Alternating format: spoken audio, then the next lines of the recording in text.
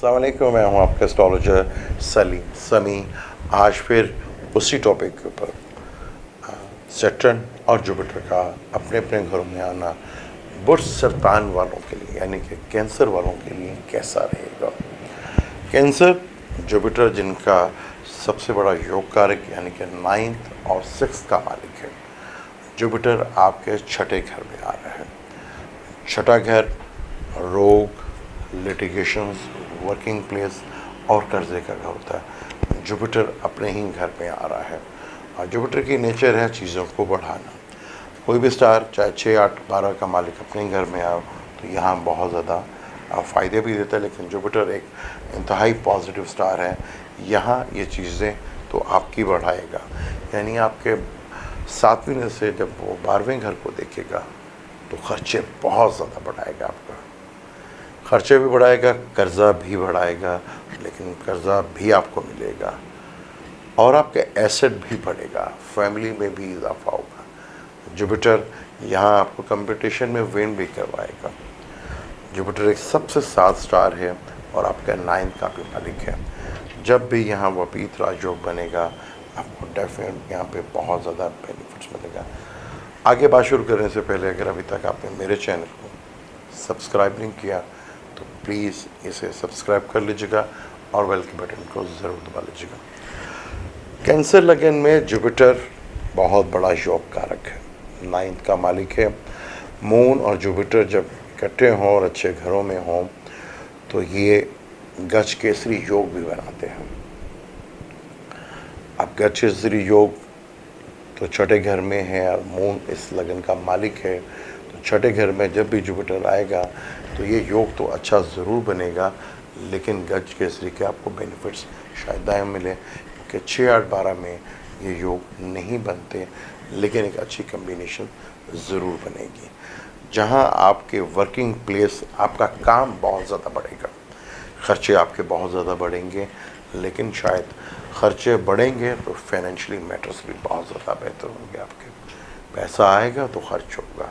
अब उसके लिए बेहतर है कि आपको प्लानिंग करनी चाहिए कि आपको किस जगह खर्चा करना है। ये जुपिटर आपको बहुत ज़्यादा यहाँ चीज़ें तो दिलाएगा, खर्चा भी कराएगा। अगर आप सही जगह पे इसको इन्वेस्टमेंट करते हैं, जगह खर्चा करते हैं, तो डेफिनेट आपको यहाँ बहुत ज़्यादा ये जुपिटर फ़ायदा देगा। जुपिटर क्योंकि छठे घर का भी मालिक है आपका और छठे घर का मालिक अपने घर में बैठेगा लिटिगेशंस के मैटर्स में भी, और अगर आप बैंक लोन लेना चाह रहे हैं यहाँ पे भी आपको ये बेनिफिट्स ज़रूर देगा। सैटर्न जो 2026 जनवरी 2020 को हाउस चेंज कर रहा है, आपका 7वें और 8वें घर का मालिक है। 7वां घर जो आपकी वेल्थ पावर, जहाँ से आपको पावर मिलती है, और सैटर्न का 7वें घर में आना यानी जो प्रॉब्लम्स आपको फेस करनी पड़ी थी पार्टनर से, अब उसमें बेहतरी देखने को मिलेगी। आपको आपके हस्बैंड के साथ रिलेशनशिप में बेहतरी आएगी। फाइनेंशियली मैटर्स बहुत ज़्यादा बेहतर होंगे। और जो कैंसरियन सियासत से रिलेटेड हैं या बिज़नेस से रिलेटेड हैं या वर्किंग प्लेस है, सैटर्न यहाँ बैठकर शाशा योग भी बनेगा, यानी कि 2.5 साल के लिए आपके लिए यहाँ पे शाशा योग बनेगा। जो पॉलिटिशियंस कैंसरियन हैं वो अपना जायचा चेक करवाएं, क्या आने वाला वक्त जब सैटर्न अपने घर में होगा, क्या कैंसरियन जो सियासत में इंटरेस्ट रखते हैं, मिनिस्टर या बड़ी पावर लेना चाहते हैं, क्या आपके जायचे में ये दिशा चल तो नहीं रही? क्या आने वाला वक्त आपको वज़ीर लगा सकता है या गवर्नर या वज़ीर वाला? ये तो अब आपको अपनी कुंडली ही चेक करवानी पड़ेगी किसी अच्छे एस्ट्रोलॉजर से, क्योंकि 2.5 साल के लिए यहाँ पे शाशा योग बन रहा है। और अगर सैटर्न की दिशा भी चल रही है तो डेफिनेट सैटर्न यहाँ आपको बहुत फ़ायदा देगा। सैटर्न बेशक इस कुंडली में मैलिफिक है, लेकिन कोई भी स्टार अपने घर में बैठकर नुकसान नहीं देता। यहाँ ये योग कारक बन जाएगा सैटर्न। और अगर सैटर्न 8, 6, 8, 12 का मालिकों के केंद्र में बैठा हो तब भी इसके रिजल्ट बहुत ज़बरदस्त मिलते हैं। तीसरी सही है, 9वें घर को देखेगा, बैरून मुल्क से भी आपको बेनिफिट्स मिलेगा। फादर के साथ थोड़ी सी अनबन ज़रूर हो सकती है। 7वें से ये ताले को देखेगा, डिसिप्लिन में आपको रहना पड़ेगा। अगर डिसिप्लिन से थोड़ा सा भी आप हटे तो यहाँ बैठा हुआ सेटन आपको टेंशन देगा, ज़रूर देगा। और 10वीं नज़र से ये चौथे घर अपने शरफ को घर को देखेगा, तो यहाँ आपके घर भी बेहतरी आएगी, घर भी बड़ा बनेगा और घर का माहौल भी बेहतर होगा। राहु केतु आपके बहुत खूबसूरत बड़े हैं। राहु आपका 12वें घर में बैठा हुआ है। 12वें घर में राहु बहुत स्ट्रॉन्ग माना था, यहाँ पे कारक भी माना जाता है। तो यहाँ आपके दुश्मनों का भी ये नाश करेगा और बैरून मुल्क से भी आपको बेनिफिट्स देगा। कैंसर वालों के लिए 2.5 से 3 साल का ये योग बन रहा है, शाशा योग, और अगर इसकी दिशा भी चल रही है तो डेफिनेट आपको बहुत ज़्यादा बेनिफिट्स मिलेगा। और अगर जुपिटर की भी दिशा चल रही है तो ये आने वाला वक्त, क्योंकि जुपिटर ने 2020 में ही जब आपके 7वें घर में यानी कि कैंसर में आ जाना, तो ये नीच भंग राजयोग बनेगा।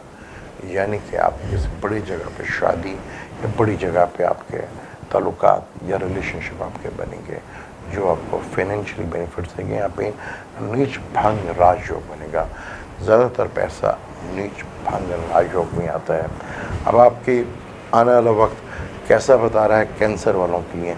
जुपिटर खर्चे ज़रूर कराएगा, कर्ज़े भी बढ़ाएगा, लेकिन कर्ज़े भी दिलवाएगा।